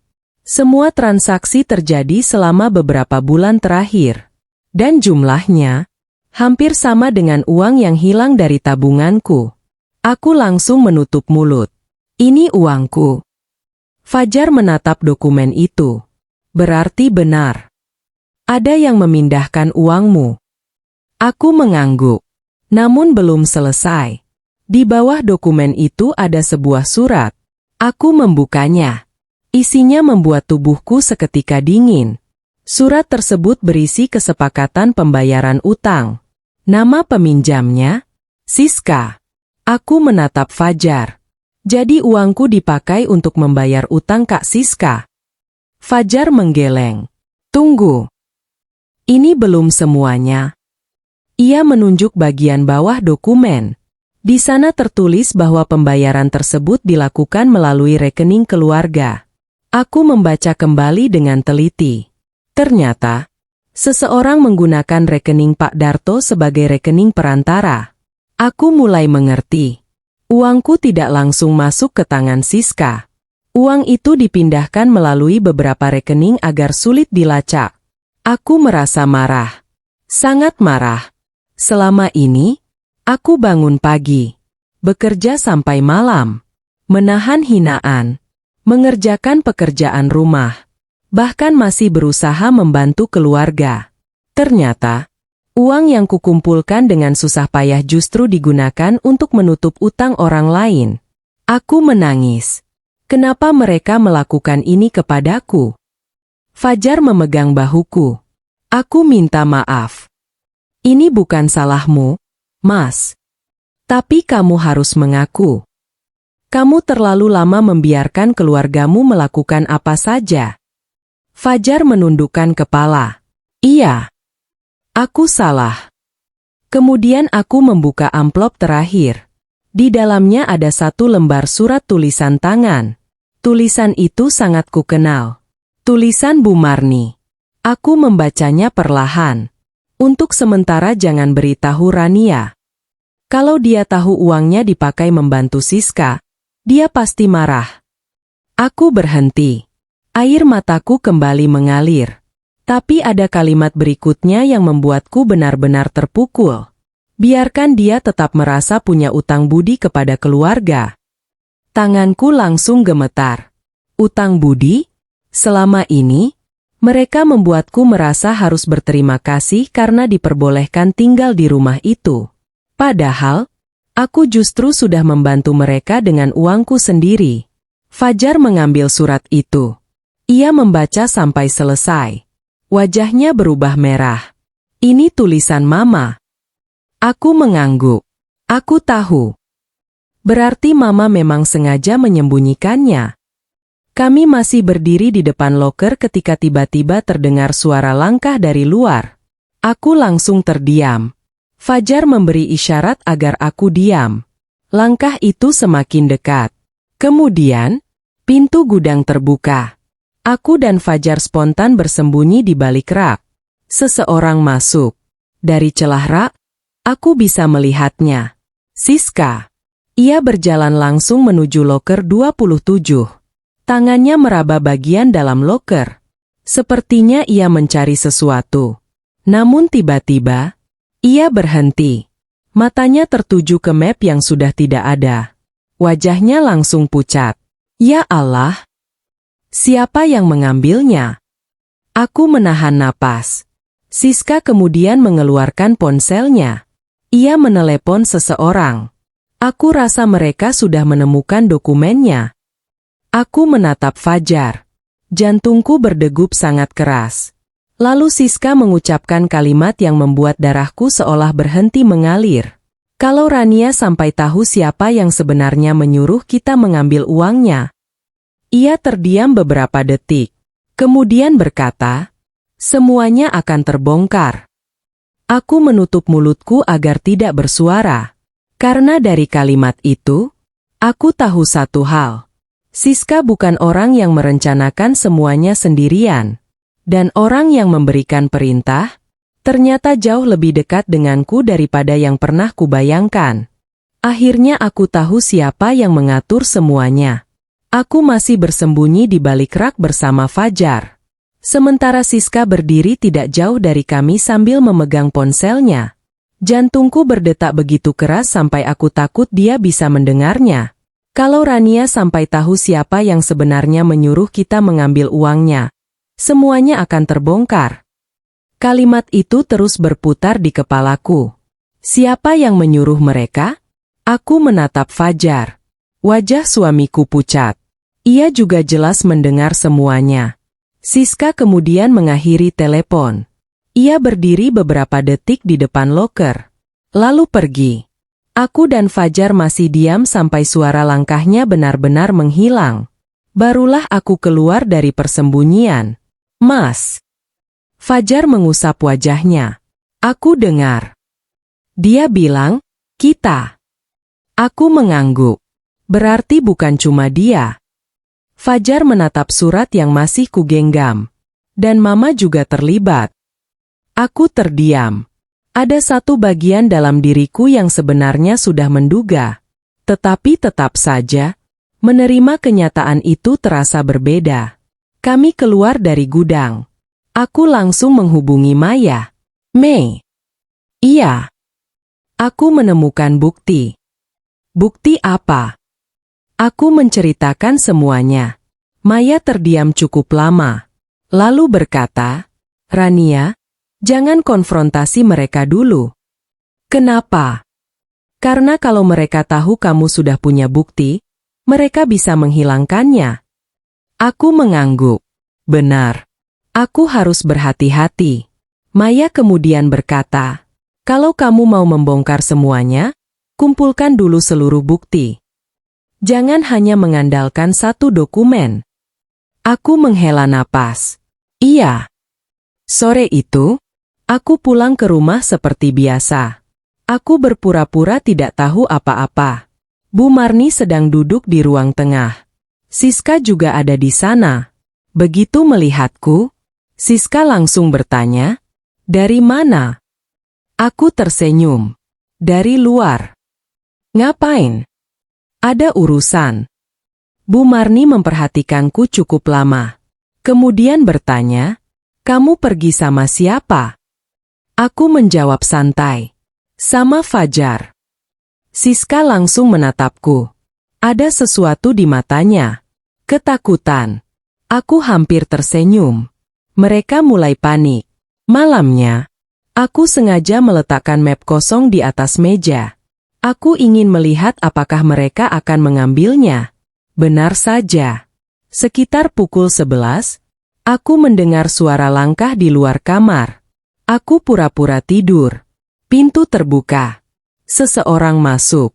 Aku membuka mata sedikit. Bu Marni. Beliau berjalan menuju meja. Tangannya mengambil map tersebut. Aku menahan napas. Beliau membuka isinya. Kosong. Wajahnya langsung berubah. Mana? Gumamnya pelan. Aku hampir bangun. Tapi aku menahan diri. Bu Marni kemudian keluar dari kamar. Aku segera mengambil ponsel dan merekam dari balik selimut. Beberapa menit kemudian, terdengar suara mereka berbicara di ruang tengah. Aku mendekat perlahan. Dari balik pintu, aku mendengar suara Bu Marni. Dokumennya sudah tidak ada. Siska menjawab, jangan-jangan Rania sudah tahu. Bu Marni terdengar panik. Kalau dia tahu semuanya, kita habis. Aku menutup mulut. Tanganku gemetar. Lalu Siska bertanya, bagaimana dengan Fajar? Bu Marni menjawab, Fajar jangan sampai tahu. Aku membeku. Jadi selama ini mereka sengaja menyembunyikan semuanya dari suamiku sendiri. Aku kembali ke kamar. Tidak lama kemudian Fajar masuk. Ia melihat wajahku. "Kamu kenapa?" Aku menggeleng. "Tidak apa-apa." Aku ingin langsung menceritakan semuanya. Tapi aku teringat pesan Maya. "Jangan terburu-buru. Aku harus memastikan seluruh bukti lengkap." Aku menatap Fajar. "Mas." "Iya.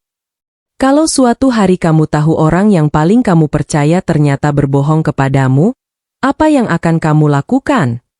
Fajar terdiam. "Kenapa kamu tanya begitu? Jawab saja." Ia menghela napas. "Mungkin aku akan kecewa. Marah." "Iya.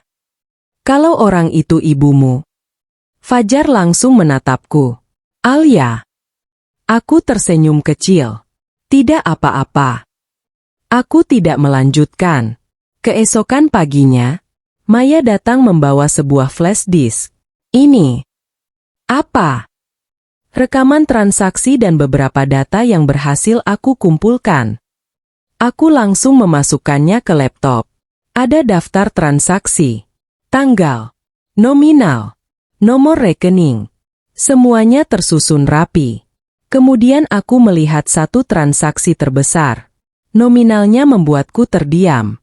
Uang itu ternyata digunakan untuk melunasi sebuah utang besar. Aku membaca nama penerimanya. Bukan Siska. Bukan Pak Darto. Bukan Bu Marni. Melainkan sebuah perusahaan. Maya menunjuk layar. "Rania, lihat alamat perusahaan ini." Aku membaca alamatnya. Dadaku langsung sesak. Aku mengenal nama perusahaan tersebut. Itu adalah perusahaan tempat Fajar pernah bekerja sebelum menikah denganku. Aku menatap Maya. "Kenapa uangku dikirim ke sana?" Maya menggeleng. "Aku belum tahu." Aku mulai membuka dokumen transaksi lainnya. Dan semakin banyak yang kubaca, semakin jelas satu kenyataan. Uangku bukan hanya digunakan untuk membayar utang Siska. Ada transaksi yang berkaitan dengan kehidupan Fajar sebelum kami menikah. Aku menoleh kepada suamiku. Saat itu aku sadar, mungkin selama ini Fajar bukan hanya korban. Mungkin ada sesuatu dari masa lalunya yang sengaja disembunyikan keluarganya dariku. Dan kalau rahasia itu benar-benar terbongkar, bukan hanya Bu Marni dan Siska yang akan panik. Pernikahanku dengan Fajar juga akan diuji. Rahasia masa lalu suamiku terbongkar. Dan aku merasa selama ini hidupku dibohongi. Aku menatap layar laptop cukup lama. Nama perusahaan itu masih terlihat jelas. Perusahaan tempat Fajar pernah bekerja sebelum kami menikah. Aku mencoba mengingat masa lalu suamiku. Dulu Fajar memang pernah bercerita bahwa ia sempat mengalami masalah keuangan sebelum menikah denganku. Katanya, semua sudah selesai. Katanya, ia tidak memiliki utang lagi. Tapi, kalau memang sudah selesai, kenapa uang dari tabunganku justru mengalir ke perusahaan tersebut? Aku menoleh kepada Maya. "Mei." "Iya. Jangan-jangan selama ini Fajar masih punya utang." Maya tidak langsung menjawab. "Kita jangan menyimpulkan dulu. Tapi datanya mengarah ke sana." Aku mengangguk. Namun satu hal sudah pasti. Aku harus bertanya langsung kepada Fajar. Sore itu Fajar pulang lebih cepat. Begitu masuk rumah, ia langsung melihat wajahku. "Alia, kamu kenapa?" Aku tidak menjawab. Aku hanya menunjukkan layar laptop. "Mas, ini apa?" Fajar melihat data transaksi itu. Wajahnya langsung berubah. Beberapa detik ia hanya diam. Kemudian duduk perlahan. Aku bisa jelaskan. Kalimat itu justru membuat dadaku semakin sesak. "Jadi benar. Ada sesuatu yang selama ini kamu sembunyikan dariku." Fajar menunduk. "Iya." Air mataku langsung jatuh. "Kenapa? Kenapa kamu tidak pernah cerita?" Fajar mengusap wajahnya. Karena aku takut kamu pergi. Aku tertawa kecil. Tawa yang terasa begitu pahit. Mas, aku sudah tinggal di rumah itu. Aku sudah melayani keluargamu. Aku sudah memberikan sebagian penghasilanku. Dan sekarang aku baru tahu ada masalah lain yang bahkan tidak pernah kamu ceritakan. Fajar menutup wajahnya. Aku minta maaf. Aku duduk di hadapannya. Berapa utangmu? Fajar diam. Mas. Berapa? Akhirnya ia menjawab. Dulu. Sebelum menikah denganmu. Aku punya utang kepada perusahaan itu. Berapa? 180 juta. Aku langsung terdiam. Jumlah itu sangat besar. Terus kenapa kamu bilang sudah selesai? Karena sebagian sudah dibayar. Sebagian. Fajar mengangguk. Setelah menikah. Aku masih punya sisa. Aku memejamkan mata. Jadi selama ini, uangku dipakai untuk membayar utangmu. Fajar buru-buru menggeleng. Bukan aku yang mengambilnya. Lalu siapa? Fajar menatapku. Mama. Aku membeku. Kenapa? Karena Mama bilang, uangmu bisa dipakai sementara. Aku langsung berdiri. Dan kamu tahu? Fajar menangis. Aku baru tahu beberapa hari lalu. Aku tidak pernah meminta uangmu. Aku menatapnya dengan kecewa. Tapi kamu juga tidak pernah mencari tahu. Fajar tidak bisa menjawab. Aku berjalan ke jendela. Air mataku terus mengalir. Aku tidak marah karena Fajar pernah memiliki utang. Aku marah karena semua orang memutuskan sesuatu tentang uang dan hidupku tanpa melibatkanku. Aku dianggap terlalu bodoh untuk mengetahui kebenaran. Tiba-tiba Fajar berkata, ada satu hal lagi. Aku menoleh. Apa? Utang itu sebenarnya bukan sepenuhnya milikku. Aku mengernyit. Maksudnya? Fajar menarik napas panjang. Dulu aku mengambil pinjaman untuk membantu usaha keluarga. Usaha siapa? Fajar menunduk. Usaha Siska. Aku seperti kehilangan suara. Jadi, utang yang selama ini dibebankan kepada Fajar, awalnya digunakan untuk membantu kakak perempuannya. Dan sekarang, sebagian uangku digunakan untuk melunasinya. Aku langsung teringat semua perlakuan Siska kepadaku. Ia menyuruhku, menghina, menganggapku tidak berguna. Sementara diam-diam, uang hasil kerja kerasku digunakan untuk menyelesaikan masalahnya. Aku mengepalkan tangan. Mas, selama ini Kak Siska tahu. Fajar mengangguk pelan. Iya. Aku tertawa pahit. Berarti dia tahu. Dia tahu uangku dipakai. Tapi masih sanggup memperlakukanku seperti pembantu. Fajar menangis. Aku minta maaf. Aku menggeleng. Jangan cuma minta maaf. Aku ingin semuanya dihentikan. Fajar mengangguk. Aku akan bicara dengan Mama. Malam itu, Fajar mengajak Bu Marni dan Siska berkumpul di ruang tengah. Aku ikut duduk di sana. Tidak ada lagi rasa takut. Aku membawa laptop, map, catatan transaksi, dan semua bukti yang sudah kukumpulkan. Fajar berdiri. Ma. Aku sudah tahu semuanya. Bu Marni langsung pucat. Tahu apa? Uang Alia. Utang Siska. Dan rekening ayah. Siska langsung berdiri. Fajar, jangan ikut campur. Fajar menatap kakaknya. Justru selama ini aku terlalu banyak diam. Aku membiarkan istriku diperlakukan seperti pembantu. Padahal uangnya dipakai untuk menyelesaikan masalah keluarga kita. Bu Marni mulai menangis. Fajar. Ibu melakukan semua itu demi keluarga. Fajar menggeleng. Bukan begitu caranya, Ma. Aku kemudian membuka laptop. Aku tidak datang untuk mempermalukan siapapun. Aku hanya ingin semuanya jelas. Mulai hari ini, tidak ada lagi uangku yang boleh digunakan tanpa izin. Siska langsung menangis. Aku tidak bermaksud.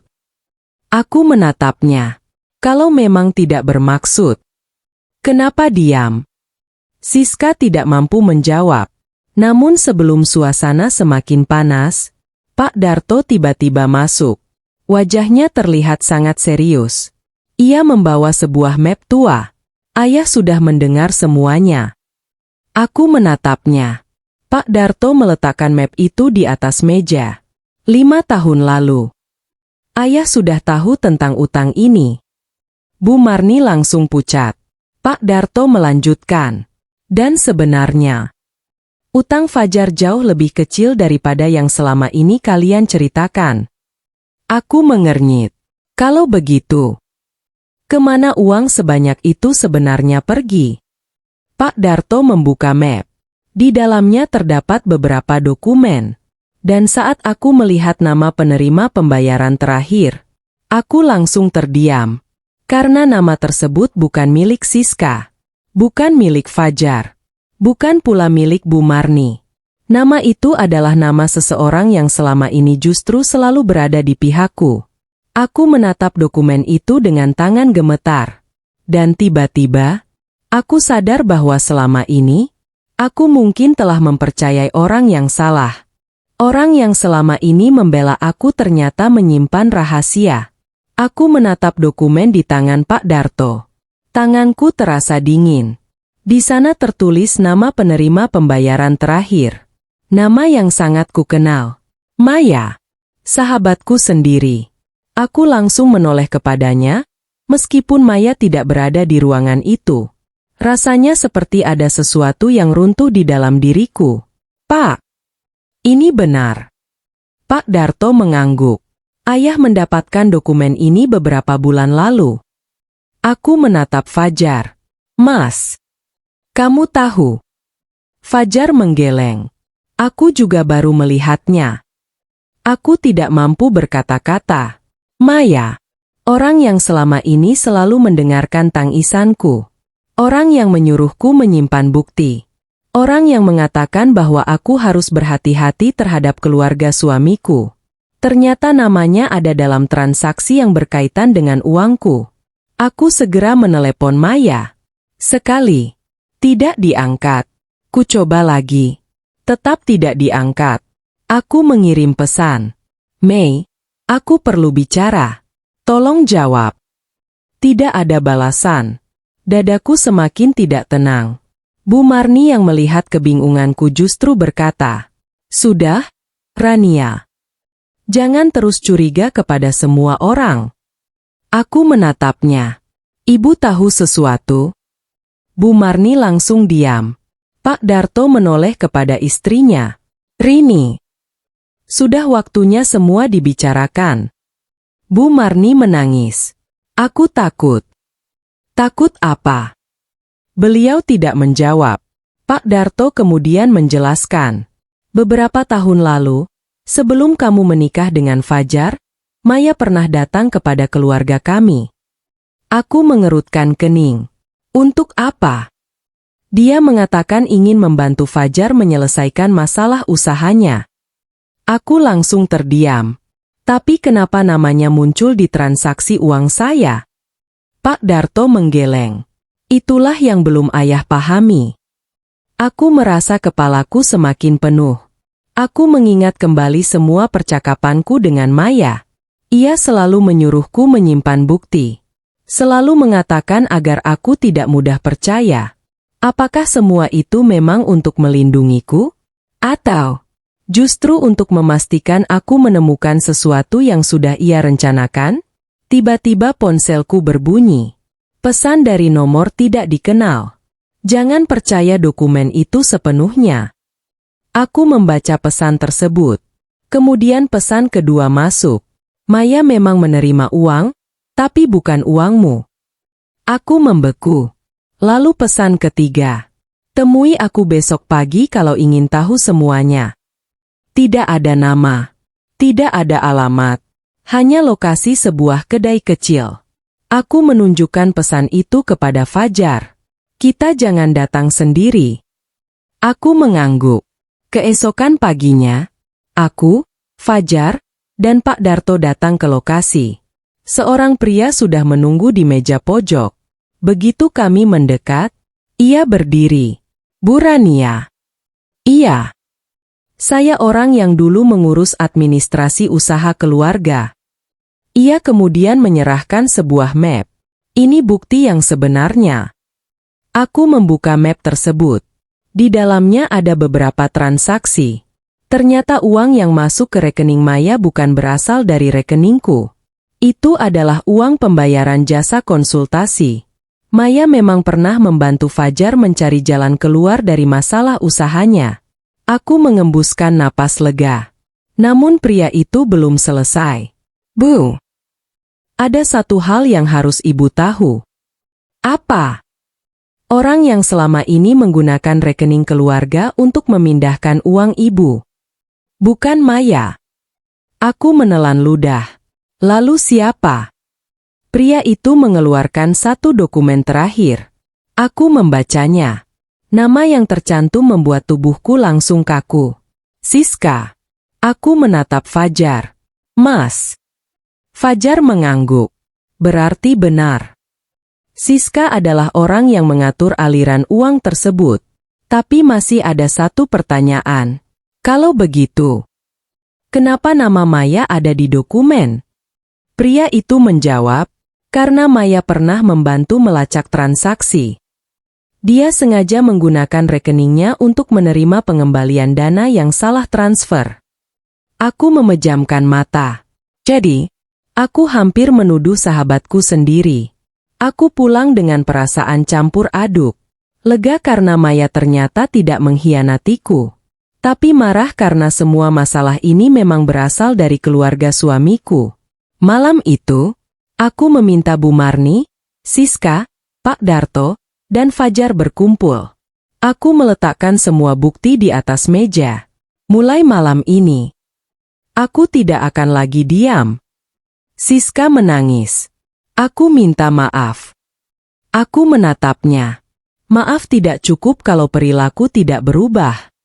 Bu Marni ikut menangis. Ibu salah. Aku mengangguk. Saya tidak ingin membalas kalian. Saya hanya ingin hak saya dikembalikan. Fajar berdiri. Dan mulai sekarang, siapapun yang ingin meminta uang kepada Alia harus bicara langsung denganku dan Alia. Pak Darto mengangguk. Saya setuju. Aku kira semuanya selesai. Ternyata, saat aku hendak menyimpan dokumen, Pak Darto berkata, Rania. Aku menoleh. Ada satu hal lagi. Apa, Pak? Beliau mengeluarkan sebuah surat. Ini alasan kenapa ayah selama ini tidak pernah berani membela kamu. Aku membuka surat itu. Membaca beberapa baris pertama, air mataku langsung jatuh. Karena ternyata, Bu Marni selama ini mengancam akan menjual rumah keluarga jika Pak Darto membela aku. Dan lebih mengejutkan lagi, rumah itu ternyata bukan sepenuhnya milik keluarga suamiku. Ada bagian kepemilikan yang selama ini justru tercatat atas namaku. Aku menatap semua orang. Untuk pertama kalinya, aku menyadari bahwa sebenarnya aku tidak sedang terjebak di rumah mereka. Merekalah yang selama ini bergantung kepadaku. Mereka mengira aku tidak punya pilihan. Padahal rumah itu juga memiliki hakku. Aku masih memegang surat yang diberikan Pak Darto. Tanganku gemetar. Mataku berkali-kali membaca kalimat yang sama. Namaku tercantum dalam dokumen kepemilikan rumah itu. Aku menatap Fajar. Mas, kenapa namaku ada di sini? Fajar mengambil dokumen tersebut. Wajahnya langsung berubah. Aku juga nggak tahu. Pak Darto menarik napas panjang. Ayah yang minta dokumen ini dibuat beberapa tahun lalu. Kenapa, Pak? Karena saat rumah ini direnovasi besar-besaran. Sebagian besar uangnya berasal dari usaha kamu. Aku terdiam. Jadi selama ini, rumah yang mereka gunakan untuk memperlakukanku seperti pembantu, ternyata sebagian haknya justru berasal dari hasil kerja kerasku. Bu Marni langsung menangis. Rania, ibu mengakui ibu salah. Tapi jangan usir kami. Aku menatap beliau. Aku tidak pernah mengatakan ingin mengusir siapapun. Tapi mendengar kalimat itu, aku justru merasa sedih. Bu, saya tidak pernah ingin mengambil rumah ini dari siapapun. Saya hanya ingin dihargai. Bu Marni menundukkan kepala. Kalau ibu selama ini tahu saya ikut membiayai rumah ini, kenapa ibu tetap memperlakukan saya seperti pembantu? Bu Marni menangis. Ibu salah. Ibu terlalu terbiasa mengatur semuanya. Ibu pikir karena kamu menantu, kamu harus mengikuti semua aturan ibu. Aku menghela napas. Dan ketika saya menolak, ibu menganggap saya tidak tahu diri. Beliau mengangguk sambil menangis. Iya. Siska tiba-tiba berdiri. Aku juga minta maaf. Aku menatapnya.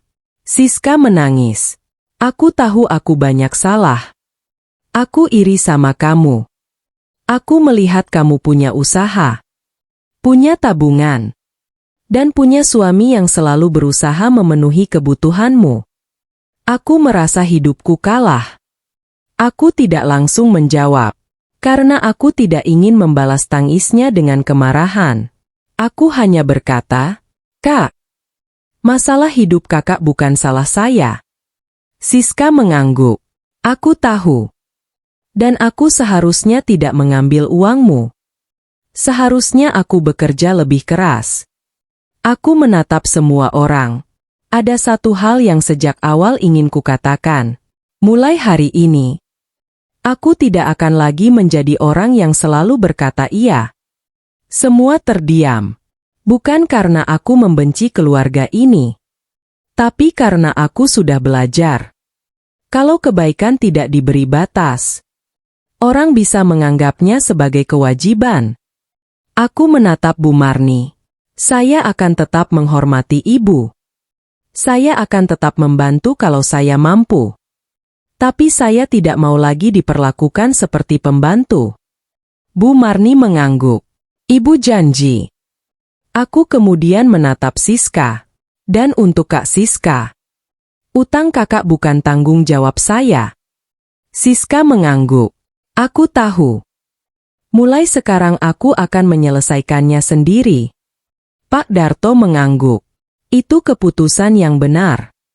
Fajar kemudian berdiri. Ia berjalan menghampiriku. Alia. Iya. Aku juga punya sesuatu untuk kamu. Ia memberikan sebuah map. Aku membukanya. Di dalamnya ada dokumen kontrakan sebuah rumah kecil. Aku terdiam. Ini apa? Rumah. Aku menatapnya. Kamu sudah menyewa? Fajar mengangguk. Kalau kamu masih mau, kita pindah. Aku langsung terdiam. Mas, aku tidak mau kamu terus tinggal di tempat yang membuatmu merasa tidak dihargai. Kita bisa mulai dari awal. Air mataku jatuh. Bukan karena sedih, tapi karena akhirnya, suamiku memilih berdiri di sampingku. Bukan di belakang ibunya. Namun aku tidak langsung menjawab. Aku memandang rumah itu. Tempat yang selama berbulan-bulan membuatku menangis. Tempat yang mengajarkanku bahwa sabar juga membutuhkan batas. Aku berkata, aku mau. Fajar tersenyum. Tapi, aku menatapnya. Aku punya satu syarat. Apa? Mulai sekarang, jangan pernah lagi menyembunyikan masalah keluarga dariku. Kalau ada masalah, kita hadapi bersama. Fajar mengangguk. Aku janji. Hari berikutnya, aku mulai mengemasi barang-barangku. Tidak banyak. Karena selama tinggal di rumah itu, aku bahkan hampir tidak pernah membeli sesuatu untuk diriku sendiri. Aku hanya membawa pakaian, peralatan usaha, dokumen penting, dan beberapa foto kenangan. Saat hendak keluar, Bu Marni berdiri di depan pintu. Matanya berkaca-kaca. "Rania." Aku berhenti. "Ibu minta maaf." Aku mengangguk. Saya sudah memaafkan ibu. Tapi saya tetap harus pergi. Bu Marni memegang tanganku. "Ibu mengerti. Sekarang ibu sadar. Ibu kehilangan menantu yang selama ini justru paling banyak membantu keluarga." Aku tersenyum tipis. Semoga setelah ini kita bisa menjadi keluarga yang lebih baik. Aku masuk ke mobil bersama Fajar. Saat mobil mulai berjalan, aku menoleh ke rumah itu untuk terakhir kalinya. Aku tidak merasa menang. Aku juga tidak merasa kalah. Aku hanya merasa, akhirnya aku bebas menjadi diriku sendiri. Namun perjalanan kami belum selesai. Karena ketika kami sampai di rumah baru, Fajar menerima sebuah telepon. Wajahnya berubah serius. "Ada apa, Mas?" Ia menatapku, lalu berkata, "Rania, polisi baru saja menghubungi." Aku langsung terdiam. Katanya ada laporan terkait transaksi uangmu. Aku mengernyit. "Laporan dari siapa?" Fajar menelan ludah, lalu menjawab, "Bu Marni." Aku membeku. Ternyata setelah semua yang terjadi, masih ada satu masalah terakhir yang belum selesai. Mereka histeris saat semua kebenaran terbongkar, dan aku memilih harga diriku. Aku langsung menatap Fajar. "Bu Marni yang melaporkan?"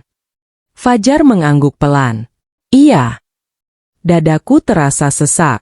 Setelah semua yang terjadi, setelah aku memaafkan mereka, setelah aku memilih pergi dengan tenang, ternyata masih ada satu tuduhan yang harus kuhadapi. "Mas, aku tidak pernah mengambil uang siapapun." Aku tahu. Kalau begitu kita hadapi. Aku menarik napas panjang. Kali ini aku tidak menangis. Aku sudah terlalu lelah untuk terus takut. Keesokan harinya kami datang memenuhi panggilan. Aku membawa semua dokumen, bukti transaksi, riwayat rekening, percakapan, catatan pembayaran, termasuk dokumen yang menunjukkan bahwa uang tersebut memang berasal dari rekeningku sendiri. Petugas memeriksa semuanya dengan teliti. Kemudian beliau bertanya, "Bu Rania, apakah ibu pernah memberikan izin kepada keluarga untuk menggunakan uang tersebut?" Aku menggeleng. "Tidak." "Apakah ibu pernah menerima uang tersebut kembali?" "Sebagian." Aku menyerahkan bukti pengembalian. Petugas kemudian memeriksa transaksi satu persatu. Beberapa menit kemudian, beliau mengangguk. "Baik. Dari dokumen yang kami lihat, posisi ibu justru sebagai pihak yang dirugikan." Aku menundukkan kepala. Air mataku hampir jatuh. Bukan karena takut, tetapi karena akhirnya, ada orang yang melihat semuanya berdasarkan bukti, bukan berdasarkan hubungan keluarga. Tidak lama kemudian, Bu Marni dan Siska datang. Begitu melihatku, wajah Bu Marni langsung berubah. Aku berdiri. "Bu." Beliau tidak menjawab. Matanya berkaca-kaca. Petugas kemudian meminta Bu Marni menjelaskan laporannya. Bu Marni menangis. Saya salah. Semua orang terdiam. Saya terlalu takut kehilangan keluarga. Saya pikir kalau saya membuat laporan, Rania akan kembali. Aku menatap beliau. "Bu, kenapa ibu harus melakukan itu?" Beliau menangis semakin keras. "Karena ibu takut kamu benar-benar pergi." Kalimat itu membuat hatiku terasa berat. Aku memang terluka. Tapi saat melihat beliau menangis, aku sadar bahwa kebencian tidak akan menyelesaikan apapun. Aku berkata perlahan, "Saya tidak pernah ingin menghancurkan keluarga. Saya hanya ingin dihargai." Kalau sejak awal ibu memperlakukan saya seperti keluarga, mungkin semua ini tidak pernah terjadi. Bu Marni mengangguk. Ibu tahu. Ibu menyesal. Siska juga mulai menangis. Aku juga. Aku benar-benar salah. Setelah semuanya selesai secara kekeluargaan dan berdasarkan bukti yang ada, aku keluar dari ruangan itu bersama Fajar. Langkahku terasa ringan. Bukan karena semua masalah hilang, tetapi karena aku akhirnya berhenti menjadi orang yang selalu takut mengatakan tidak. Di luar gedung, Fajar menggenggam tanganku. Maaf. Aku menoleh. Untuk apa? Karena dulu aku membiarkan kamu sendirian. Aku terlalu takut melawan mama. Aku pikir diam adalah cara menjaga keluarga. Aku tersenyum tipis. Kadang diam memang menjaga keluarga. Tapi kadang, diam justru membuat orang yang kita cintai semakin terluka. Fajar mengangguk. Aku belajar banyak dari semua ini. Aku menggenggam tangannya. Aku juga. Beberapa bulan kemudian, hidup kami benar-benar berubah. Aku dan Fajar tinggal di rumah kecil yang baru. Tidak besar. Tidak mewah, tapi terasa damai. Aku kembali fokus mengembangkan usaha catering. Pesananku semakin banyak. Fajar juga mulai membantu mengurus bagian pengiriman. Kami bekerja bersama, bukan karena terpaksa, tetapi karena kami sama-sama ingin membangun kembali kepercayaan. Bu Marni juga berubah. Beliau tidak lagi memerintahku.